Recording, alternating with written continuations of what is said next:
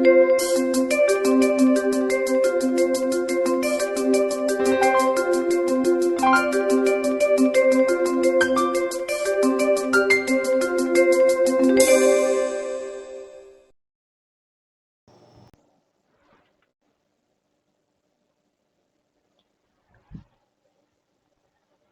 हम करेंगे जो अपना पवन तूफान और चक्रवात जो चैप्टर है उसका भाग 2 सेकंड पार्ट, और इसके अंदर हम इसको फिनिश कर देंगे।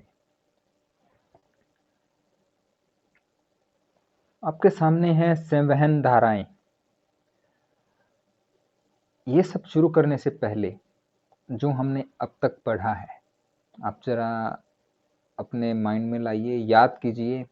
दाब हमने पढ़ा है, गर्म हवा है वो हल्की होती है, हल्की हवा ऊपर उठती है और गर्म हवा फैलती है, ठंडी हवा सिकुड़ जाती है। ये सारी बातें ये हमने क्यों पढ़ी? इसका कारण है कि जो अब हम करने जा रहे हैं उन सब के अंदर हम उन कंसेप्ट्स का जो बातें हमने अभी तक की हैं उनका प्रयोग करेंगे। उन बातों से ही हम समझ पाएंगे कि अपने आसपास जो मौसम के परिवर्तन होते हैं, जो हवाएं चलती हैं, जो बारिश आती है, उन सब का कारण क्या है। जो कुछ भी हम पढ़ते हैं विज्ञान के अंदर उनका सीधा सीधा लेना देना होता है अपने आसपास के वातावरण से, अपने आसपास के जीवन से। तो संवहन धाराएं क्या होती है? जब हवाएं चलती हैं, और ये क्यों चलती है? तापमान में डिफरेंस के कारण। जब तापमान के अंदर अंतर होता है दो जगह पर, उसके कारण जो धाराएं बनती हैं या चलती हैं, कन्वेक्शन करंट्स इनको बोलते हैं हम इंग्लिश के अंदर। तो ये क्यों बनती है, क्या होती हैं? क्या तो मैंने आपको बता दिया। जो मान लीजिए हवा चल रही है तो वो किसी तापमान डिफरेंस, टेम्परेचर डिफरेंस यानी कि तापमान में अंतर के कारण चल रही है। इन सबको हम आगे थोड़ा डिटेल में पढ़ेंगे, अभी चलते हैं। किसी स्थान का तापमान अधिक होने से क्या होता है कि वहाँ की जो हवा है वो गर्म हो जाती है, और हमने पढ़ा है कि जब हवा गर्म होती है वो ठंडी हवा से क्या होती है? हल्की होती है, और जो चीज हल्की होगी वो ऊपर जाएगी। तो वायु गर्म हो जाती है और ऊपर उठने लगती है। अगर वहां से हवा ऊपर उठ गई तो क्या हो गया? वहां पर वायु दाब कम हो जाता है। ये चीज यहाँ पर समझने की है कि अगर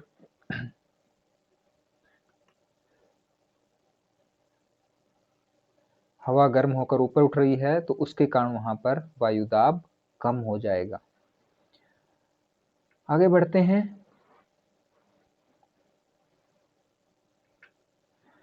देखते हैं संवहन धाराओं के कारण। जो इस पृथ्वी के ऊपर, धरती के ऊपर जो संवहन धाराएं चलती है, यानी कि जो हवाएं चलती हैं, अगर हम साधारण भाषा में इसको बोलें, उसके दो मुख्य कारण हैं। एक तो है भूमध्य रेखा वाले जो क्षेत्र हैं, और जो ध्रुवीय क्षेत्र हैं उनके बीच तापमान में अंतर।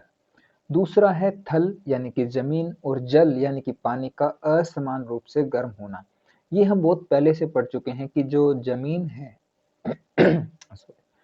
वो बहुत जल्दी गर्म हो जाती है। जैसे ही उसके ऊपर सूरज की किरणें पड़ती हैं वो बहुत जल्दी से गर्म हो जाती है, जबकि पानी वो धीरे धीरे गर्म होता है और धीरे धीरे ही ठंडा होता है।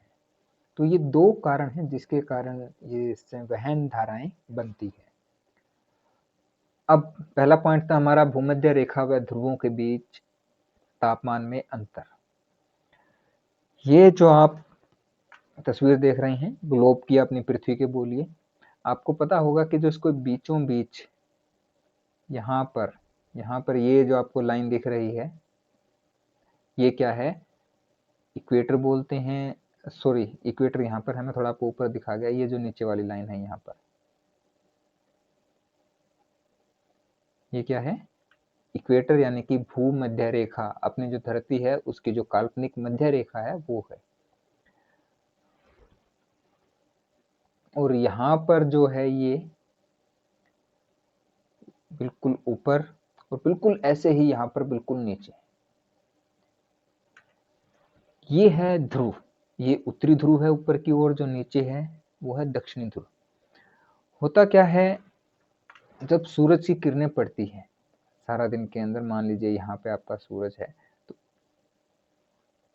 यहाँ पर सूर्य की किरणें आती हैं सीधी, सीधी और सीधी। यहाँ तक जाते जाते थोड़ा सा सूर्य की किरणें क्या हो जाती है, तिरछी हो जाती है। तो यहाँ पर सूर्य की जो गर्मी है उसका प्रभाव ज़्यादा होता है, यहाँ पर गर्मी कम होती है। इसी कारण ध्रुवों पर हमेशा ही बर्फ रहती है और यहाँ पर सबसे ज़्यादा गर्मी रहती है। इस कारण जो ये जगह है ऊपर की, यहाँ पर ठंड है, ठंड है तो यहाँ की हवा क्या है, भारी है। भारी हवा नीचे रहती है और इसके कारण यहाँ पर वायुदाब ज़्यादा रहता है। अब हम आते हैं इक्वेटर के ऊपर, यानी कि भूमध्य रेखा पर। यहाँ पर सूर्य की गर्मी ज़्यादा पड़ती है, ज़मीन ज़्यादा गर्म होती है, उसके कारण वहाँ की हवा भी ज़्यादा गर्म होती है और यहाँ हवा ज़्यादा गर्म होने के कारण ऊपर उठती है। यहाँ से हवा ऊपर उठती है तो यहाँ पर वायुदाब क्या हो गया, कम। यहाँ पर वायुदाब क्या है, इस जगह पर मान लीजिए वायुदाब क्या है, कम है, और यहाँ ऊपर क्या है, वायुदाब ज़्यादा है। और हमने क्या कहा था, वायु हमेशा उच्च वायुदाब, उच्च मतलब ज़्यादा वायुदाब से कम वायुदाब की तरफ हवाएं चलती है, तो हवाएं इस तरफ चलती हैं। इसी प्रकार जो दक्षिण में अपना दक्षिणी ध्रुव है, साउथ पोल है, वहाँ भी बर्फ पड़ी रहती है, वहाँ भी ठंड है, वहाँ भी वायुदाब ज़्यादा है, तो यहाँ से भी हवाएं इस तरफ इक्वेटर की ओर यानी कि भूमध्य रेखा की ओर चलती है। तो ये एक कारण है संवहन धाराओं के चलने का, हवाओं के चलने का, जो कि अपनी पृथ्वी पर होता है। दूसरा जो है, हम पिछले अध्याय में यानी कि 4th चैप्टर के अंदर हम पढ़ चुके हैं, जल और थल का असमान रूप से गर्म होना। ये है समुद्री समीर, क्योंकि पानी धीरे धीरे गर्म होता है। जैसे ही सूर्य आता है, दिन उगता है, जमीन जल्दी से गर्म हो जाती है, यहाँ से हवा गर्म होकर ऊपर उठने लगती है, यहाँ पर वायुदाब कम हो जाता है। और यहाँ पर समुद्र की तरफ, क्योंकि ये कम गर्म हुआ है, यहाँ वायुदाब अभी भी अधिक है, तो हवा यहाँ से इधर की ओर चलने लगती है। रात में उल्टा होता है, जैसे ही रात होती है, जमीन जल्दी जल्दी जल्दी क्या होती है, ठंडी हो जाती है, लेकिन पानी धीरे धीरे धीरे धीरे ठंडा होता है। अब यहाँ पर क्या हुआ कि जमीन ठंडी हो गई, तो यहाँ पर जो हल्की वायु है वो ऊपर चली जाएगी और ठंड होने के कारण वायुदाब बढ़ने लग जाता है। लेकिन यहाँ पर अभी भी पानी गर्म है, यहाँ से हवा ऊपर की ओर उठती रहेगी, तो वायुदाब कम हो गया। अब यहाँ से हवा इस तरफ चलेगी। ये है थल समीर। समुद्री समीर जब समुद्र से थल की ओर, जमीन की ओर हवा चलती है, थल समीर जब थल से यानी कि जमीन से समुद्र की ओर हवा चलती है। दोनों का कारण क्या है, जल और थल का असमान रूप से गर्म होना, तापमान में फर्क होना। और गर्म होने से क्या होता है, वायुदाब कम हो जाता है, और इस वायुदाब कम होने के कारण जहाँ वायुदाब अधिक होता है वहां से हवाएं चलती है। अब हमने इन धाराओं के बारे में पढ़ लिया, इनका अपने जीवन में महत्व क्या है। सबसे पहली बात है, समुद्र के ऊपर जो हवाएं होती हैं, जब वो गर्म होकर ऊपर उठती है तो अपने साथ जल वाष्प ले जाती है। समुद्र के आसपास के एरिया के अंदर ह्यूमिडिटी या नमी जो हवा में है वो बहुत ज़्यादा होती है, और जब ये हवाएं आती है थल की ओर, अपने साथ बारिश लेकर आती है, और यही पवन धाराएं वर्षा का कारण बनती है। अगर आपको थोड़ा सा ध्यान हो, भारत के अंदर ज़्यादातर वर्षा मानसून के कारण होती है, और मानसून वाली हवाएं हमारी पूर्व से ओर की पूर्व यानी कि ईस्ट और साउथ, इस डायरेक्शन से अपनी ओर आती है, बंगाल की खाड़ी की तरफ से।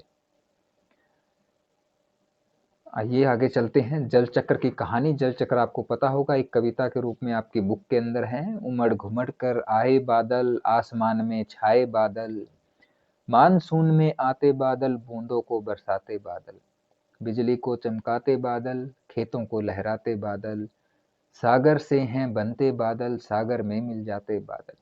तो सागर से ही बादल बनते हैं और सागर में ही मिल जाते हैं। ये सारा जल चक्र है जो हम पहले कर चुके हैं। इसके अंदर जो हम बात करेंगे, बिजली चमकती है, सागर से बादल बनते हैं और सागर में ही मिल जाते हैं। तो बिजली चमकने की बात करते हैं, उसे हम बोलते हैं तड़ित झंझा। यानी कि थंडरस्टॉर्म। जब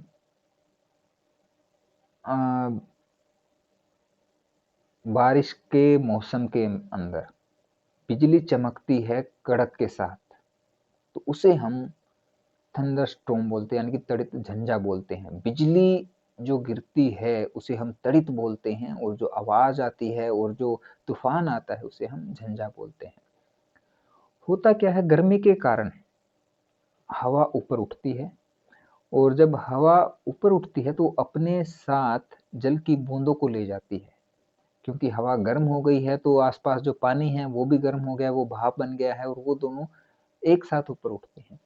जैसे जैसे हम ऊपर जाते हैं, ऊपर जाकर तापमान क्या है, कम हो जाता है, और तापमान अगर आपका कम हो गया है तो जो भाप थी, वाष्प थी, वो दोबारा पानी के अंदर बदल जाते हैं, परिवर्तित हो जाते हैं, और धीरे धीरे वो बूंदे बनने लगती है, वो इकट्ठा होने लगते हैं।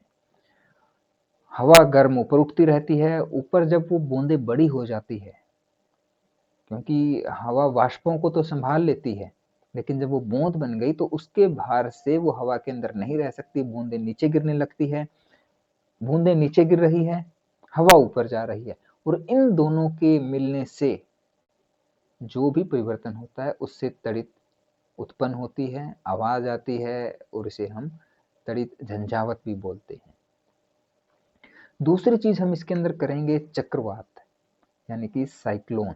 साइक्लोन क्या होता है, ये थोड़ा सा मैं डायग्राम बहुत बड़ा आपको नहीं दिखा पाया, लेकिन फिर भी हम कोशिश करते हैं। क्या होता है, समुद्र से ज्यादातर उठते हैं। इसके बीच में देखिए, सबसे पहले होता क्या है कि बिल्कुल यही जो तड़ी झंझा वाली बात थी, गर्म हवा ऊपर उठने लगती है, साथ में अपने वो, मान लीजिए यहाँ पर कोई एक छोटा सा एरिया है, यहाँ से गर्म हवा ऊपर उठने लगी, साथ में अपने बूंदों को ले गई ऊपर जाकर। अब एक बात आपको पता होगा कि अगर पानी को भाप में बदलना है, पानी को भाप में बदलना है तो किस चीज की जरूरत पड़ेगी, ऊष्मा, यानी कि गर्मी की। और वो गर्मी कहाँ से मिलेगी उन्हें, हवा से मिलेंगे, क्योंकि हवा गर्म है। यहाँ मान लीजिए पानी था, गर्म हवा इससे टकराई, यहाँ से भाप बनी, और ये सारे ऊपर उठने लगे, ऊपर उठते गए। अब काफी ऊपर जाकर क्या होता है कि ऊपर ठंड है, जैसे जैसे हम वातावरण में ऊपर जाते हैं ठंड होती जाती है, ऊपर ठंड होने के कारण जो भाप बनी थी वो पानी की बूंदे बनने लग गई। अब भाप जब पानी की बूंदे बनती हैं, भाप जब पानी की बूंदे बनती हैं तो वो अपने पास जो ऊष्मा उन्होंने ली थी उसका त्याग करती है। एक बात आप ध्यान रखना, आपको बताता हूं। पानी को जब ऊष्मा मिली, ऊष्मा मतलब गर्मी मिली, तो वो क्या बन गया, भाप बन गया। अब भाप जब पानी में बदलेगा तो जो उसने ऊष्मा ली थी उसको छोड़ेगा।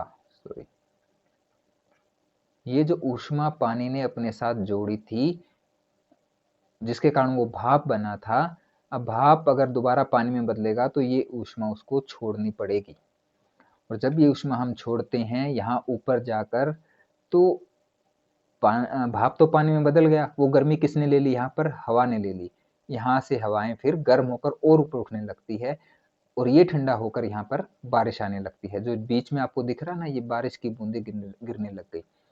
अब यहाँ ऊपर से हवा गर्म हो गई है, यहाँ क्या हो गया, वायुदाब कम हो चुका है, यहाँ पर अब हवा की कमी है, तो नीचे से हवा ऊपर जाने लगती है, चारों तरफ से हवा इसकी तरफ आने लगती है।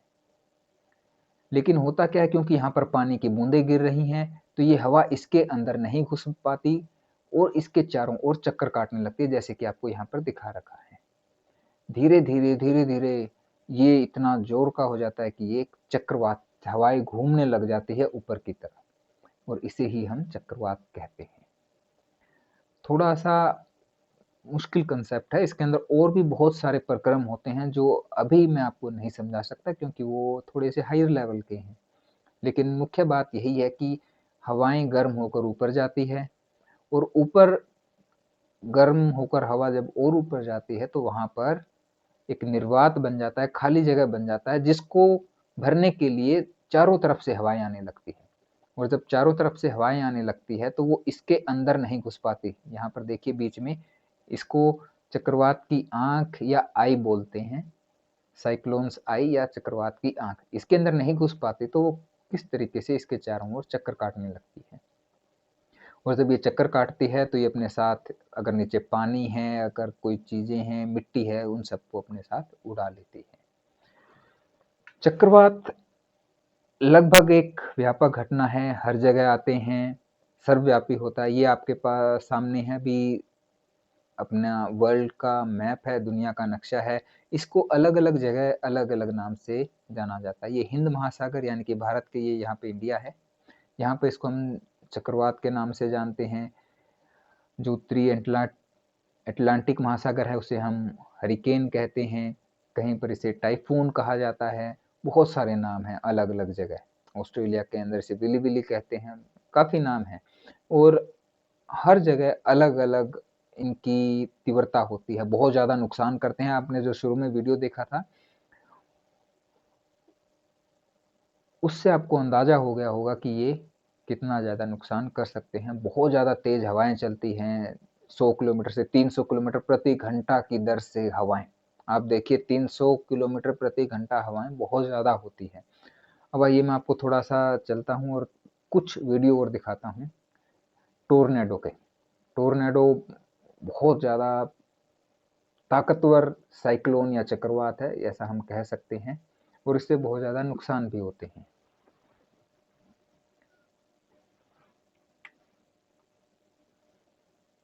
ये देखिए ये कैसे बनता है आपके सामने, बिल्कुल अभी अभी एक ताज़ा ताज़ा चक्र जो टोर्नेडो है बना है, और ये धीरे धीरे धीरे धीरे ये बड़ा होता जाएगा। भारत के अंदर नहीं आते हैं ये, अमेरिका के अंदर, अमेरिकी महाद्वीप में ज़्यादातर टोर्नेडो देखने को पाया। ये देखिए इनकी ताकत देखिए, कैसे छतों को उड़ा दिया है इन्होंने, और ये इसका आकार देखिए। अगर आपको, आपने भी थोड़ा आपके जीवन में देखा होगा, जब आंधी आती है तो कई बार थोड़ा सा चक्कर घूमता है हवा का, जिसे हम देसी भाषा में भंबूड़िया भी बोलते हैं, कई नाम है इसके अलग अलग। देखिए पूरे के पूरे घर उड़ जाते हैं, जैसे आपके सामने एक जो घर था हल्का सा वो उड़ गया। अब ये जो घर उड़े हैं ये ईंटों के नहीं थे, मैं आपको पहले बता देता हूँ। इसकी स्पीड देखिए, इसकी ऊंचाई देखिए, कितना तेज और कितनी दूर से कितना ऊपर तक ये गया हुआ है। अब टोर्नेडो को मापने के लिए या हवा को मापने के लिए एक यंत्र आता है जिसे हम एनीमोमीटर या वायु वेग मापी बोलते हैं। मैं आपको थोड़ा सा वीडियो दिखाता हूँ ये कैसे काम करता है। ये एनीमोमीटर है, इससे हम वायु, ये आपने देखा होगा बसों के ऊपर, ये जो यहाँ आपको आपको दिखाई दे रहा है, जब ये घूमता है, इसके घूमने के कारण ये कितनी जल्दी कितने रोटेशंस ले रहा है वो रीडिंग हम लेकर हम निकाल सकते हैं कि हवा की गति क्या है। और ये जो दूसरा है ये वायु की दिशा बताता है। तो एक ये यंत्र है जो है वायु का वेग मापने के लिए। अब हमने चक्रवात की बात कर ली, अब हम कुछ सुरक्षा उपायों की बात करते हैं। अगर हम ऐसे जगह पर रहते हैं जहाँ पर चक्रवात आना आम बात है, तो चक्रवात पूर्वानुमान और चेतावनी सेवा हमें सुनता रहना चाहिए। सरकारी संस्थाओं, समुद्र तटों, मछुआरों, जलपोतों और आम जनता को शीघ्र अतिशीघ्र चेतावनी देने के लिए तीव्रगामी संचार व्यवस्था होनी चाहिए। चक्रवात संभावित क्षेत्रों में चक्रवात आश्रयों का निर्माण, ऐसी जगह बनानी चाहिए जहां पर हम जाकर छुप सकें और चक्रवात के अंदर उन जगहों का कोई नुकसान ना हो। लोगों को तेजी से सुरक्षित स्थानों पर पहुंचाने के लिए प्रशासनिक व्यवस्था। अगर आप थोड़ी सी न्यूज़ देखते हैं तो अभी थोड़े दिन पहले ही निवार नाम का एक साइक्लोन यानी कि चक्रवात आया था, जिसने बहुत ज़्यादा नुकसान नहीं किया था। लेकिन अपने जो तटीय इलाके हैं, तटीय इलाके मतलब जो समुद्र के किनारे पर है, वहाँ पर ये सारी चीज़ें सरकार द्वारा प्रोवाइड की जाती है। अब बात आती है कि लोग क्या करें। लोगों को सबसे ज़रूरी है कि वो चेतावनी सुनें व उनका पालन करें, ज़रूरी सामान तथा पशुओं को सुरक्षित जगह पर ले जाएं, आपातकालीन दूरभाष नंबर अपने पास रखें। अगर आप चक्रवात प्रभावित इलाकों में रहते हैं तो आपको क्या क्या करना चाहिए। सबसे पहले तो चक्रवात के साथ बहुत सारा पानी आता है, बाढ़ भी आ सकती है। ऐसे जल का पीने के लिए उपयोग ना करें, ये संदूषित यानी कि खराब हो सकता है। आपात स्थिति के लिए पेयजल का संग्रहण इकट्ठा करके आप पहले से रखें।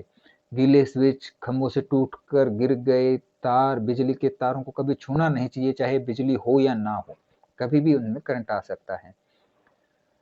कई बार क्या होता है कि कुछ बच्चे निकल पड़ते हैं बाढ़ के अंदर जाने के लिए। आजकल तो सेल्फी लेने का बड़ा ट्रेंड चला है, सेल्फी लेने के लिए या कुछ ऐसे काम करने के लिए, ऐसा मनोरंजन करने के लिए या बेवजह बहादुर बनने के लिए हमें चक्रवात या बाढ़ प्रभावित क्षेत्रों का भ्रमण करने के लिए नहीं जाना चाहिए।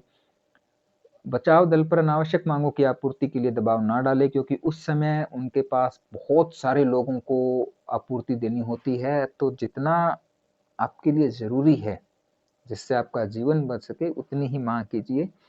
अपने पड़ोसियों और मित्रों को यथासंभव सहयोग और सहायता प्रदान कीजिए। आजकल उन्नत प्रौद्योगिकी है, हमें बहुत दिन पहले ही पता चल जाता है कि चक्रवात आने वाले हैं या बरसात आने वाली है। तो परिस्थितियाँ काफ़ी बदल गई हैं, हम पहले से ही सुरक्षा अपने सामान की, अपने जीवन की कर सकते हैं। तो ये आपका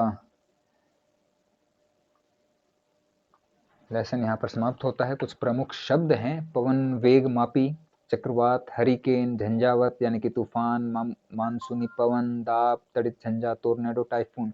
ये हम बात कर चुके हैं, इनको आप पढ़िए। इनके लिए इनका अर्थ आप लिखिए और इनके लिए एक एक वाक्य बनाइए, ताकि आप समझ सके कि इस शब्द का मतलब क्या है। इसके बाद आपके बुक के पीछे अभ्यास दिया हुआ है, जिसके अंदर क्वेश्चंस है। आप बुक के अंदर से देखकर उनको कीजिए। अगर आपको कुछ नहीं समझ आता है तो आप मुझसे पूछ सकते हैं। धन्यवाद।